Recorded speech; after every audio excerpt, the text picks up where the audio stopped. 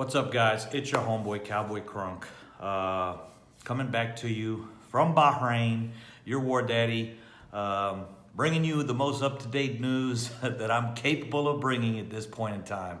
I finally have the energy to do another video. I've been out for like a month. I think the last time you guys saw me, I was with Mark Holmes back there in Virginia. I did some live streaming with him. I've just been out of it, guys. I've been completely baffled by this team. Not baffled, but destroyed. It's really taken a lot of my energy and passion out of what I do every day, which is work and follow the damn Dallas Cowboys. And it's drained the hell out of my batteries, and I couldn't take it. I had to take a step away. But today, I think we got something going on. Jason Garrett's in a meeting right now. He's been in there probably about 15 to 20 minutes.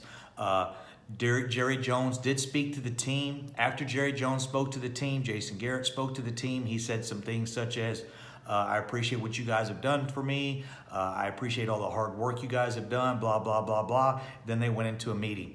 So apparently it was like Jason Garrett was saying bye before being fired or let go. And I do think that that's what's going to happen. I think that's what needs to happen. I appreciate all of Jason Garrett's hard work. I know he dedicated himself. The thing is, he has a little bit of an old school mentality. He does not want to go by the numbers. He doesn't follow analytics. He doesn't watch things. He's saying, basically, Jason Garrett's scheme is, I got a scheme. That's what we're running. That's what we're going to do. We're going to put it together every day. We're going to practice it. We're going to practice it. We're going to practice it, and we're going to do it hard. And when it didn't work, he couldn't make changes. He didn't like to do certain things with the football on offense. He didn't like to do certain things on the football on defense. We're going to stand in. We're going to stand our ground. We're not going to blitz. We're not going to show any kind of diversity. We're not going to play with teams and move things around. We're going to do what we do. We're going to do it every day. And you can't do that these days. Some teams can get away with it. You've got to have the best guys in the league to do that. The Cowboys had that back in the 90s, and that's where he was there. Jason Garrett, at one point in time, when he was on the team in the 90s, you can talk, I heard Emmitt Smith say it before, they decided they were going to pound the rock. They ran that same play 8 times in a row. That's when they finally knew they were getting over the San Francisco 49ers in the playoffs. They ran the same play 8 times in a row. I formation, dive right, Emmitt Smith up the middle. They ran it 8 times in a row. They scored a touchdown. Then they knew they were finally getting past the San Francisco 49ers. We can't do that with the team we have. You have to be diverse. You have to make changes. You have to put Tony Pollard in and move him around. Go to a 2 running back set, 3 tight end set, those things.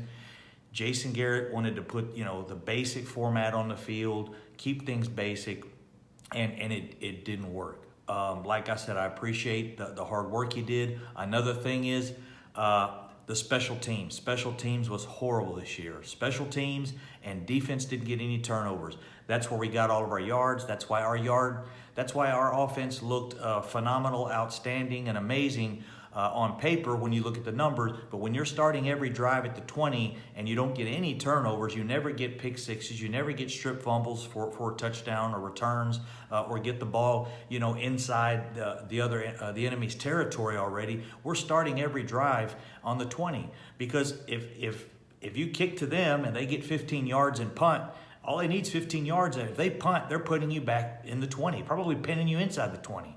So that's where we were. Without the turnovers, without the special teams play, then again, our kick coverage, our punt coverage was horrible, and he did nothing to fix any of it. His thing was, we're going to practice and do our best thing. So by the time this video is over, Jason Garrett should be gone. If he's not gone, I can assure you he's being told, we're going to let you go. We want to, I guaranteed there's no way any other thing is happening. They will let him go nicely. They will let him look for another job. They will let him, and he's going to get picked up immediately. He is a good coach. It's just he's not right for the Dallas Cowboys right now. Jason Garrett, I've heard some people saying he didn't do this. He worked his butt off. There's one thing you can say. He's a head coach in the NFL. He worked 24/7, 365 Dallas Cowboys. So the fact we're moving on, I'm happy. I've waited for this. It needed to happen before. His voice was still, and I'm going to tell you, the dynamic reason the Cowboys fell apart this year is not all Jason Garrett's fault, though. To me, I'm going to tell you the reason this happened. Men are like this. Men have egos. You think egos are egos. Go to an NFL locker room and meet with guys of that aspect, or go to a huge meeting room where everybody in there is, millionaires and business owners and CEOs. You talk about cocky and arrogance. Bro, there's a level of that only exists in certain places, and the NFL locker room is one. When you've got guys walking around the locker room that have gotten paid, and you've got other guys that haven't, then you got other guys walking around the locker room that have got paid, and other guys that haven't, and they're not even in line to get paid, but they got paid, and stuff like, I love Jalen Smith. He didn't have the greatest year. His contract kind of caused a problem, I think, in the locker room. Dak not getting paid, I think, caused a problem. And what happens is it's all fine and dandy in the beginning. They understand it's a business, right? It's a business. They all say it's a business. But when those guys are walking around the locker room and some of them didn't get paid, and you start losing, now there's a fucking problem.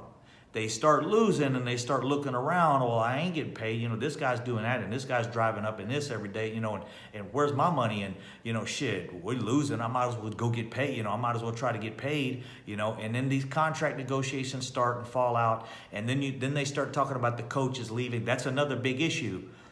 We weren't sold on Jason Garrett being the coach this year. We weren't all 100% behind him. So when the talk started, and it starts in the locker room too, I'm sure, the wheels start wobbling. And when the wheels start wobbling, sooner or later, one of the wheels falls off. And the wheel fell off last week when we lost to Philly. When that happened, of course, the driver's at fault. The only person you can blame it on is the driver and the mechanic. And the mechanics are the coaches and the backup coaches. But the guy driving this machine is Jerry Jones. And that is his fault. And he gave Jason Garrett a car to drive that wasn't prepared. With those guys not being paid, if we were winning, you can have a locker room with some guys paid and not. But when you start losing, especially when you're expected to win, when you were expected to do what the Dallas Cowboys were expected to do this year, it's going to fall through, guys.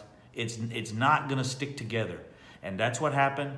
Guys didn't get paid. Some guys did. Then we started losing. When we started losing, that's when the problem started. And it kind of fell apart, and guys weren't together. DeMarcus Lawrence making statements and stuff like that. It happens. So I wanted to get this out. Hey, guys, please like and subscribe to the channel. Hit the like button. I at least want you guys to get this video out for me. If you hit the like button, it jumps up in the search engine. That way everybody can kind of see where I'm at, what I'm doing. I've just been extremely busy with work. I haven't fallen off of the Dallas Cowboys. It's my life, but I'm busy, and I didn't have time to deal with the shit that I saw coming, and it came. It's there. I expected us to make the playoffs. I did do that. But with that not happening, man, it got worse than I thought. So here we go, guys. It's time to go into the offseason. I'm sure Jason Garrett is fired already. By the time this gets uploaded, he'll probably be terminated. If not, he will know for a fact that he's not being re-signed, and they'll move on and start doing the start doing the interviews and stuff. But they're in the meeting with Jason Garrett now. It may be even over. I doubt it. But he did say goodbye to the guys, kind of, in a way. And like I said, that's where we stand, guys. All right, Cowboy Crunk from Bahrain, Manama. Manama is the name of the city. That's the capital. And I'll be doing some house searching and things like that. I've been looking at some penthouses and things. I'm getting those things where I'm just busy, guys. But I love you guys. I miss you. Cowboys for life, for sure. And I haven't fallen off. I've been watching games. I've been watching the other YouTubers, all that. But I'm out, guys. Peace. Hang in there. Hang your head high. Like Jason Garrett said, stand tall.